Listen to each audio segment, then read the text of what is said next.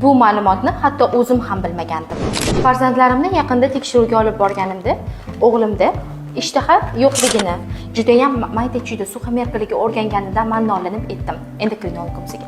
Va ular tashxis jarayonida analizlarni ko'rgan holatda o'g'lingizda oqsil defitsiti bor. Xuddi yosh chaqaloqlarningidek defitsiti borligi hisobiga shirinlikka talabi kuchli, unli, fast food narsalarga talabi kuchli, ovqatni talab qilmay qo'ygan dedilar.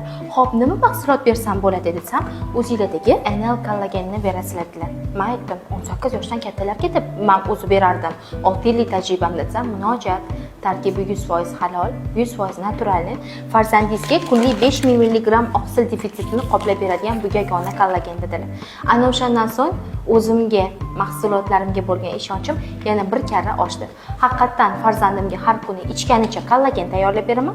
Qolganini onajonisini o'zi ichadi. Qarabsizki, sochimiz, tirnog'imiz, terimiz yana ham yaxshi holatda. Eng glavnisi shirinlikka bo'lgan moyillik ancha pasaygan, ovqat bering, och qoldim deyishni boshlagan. Bu mahsulot ozishga, semirishga hech qanaqa daxli yo'q, lekin agar sizda shu holatlar kuzatilayotgan bo'lsa yoki farzandingizda bo'lsa, albatta kollagenni oling. O'shanda tiaga sladkomu, muchnomu, ya'ni unli mahsulotlarga bo'lgan ishtahangiz ancha joyiga keladi.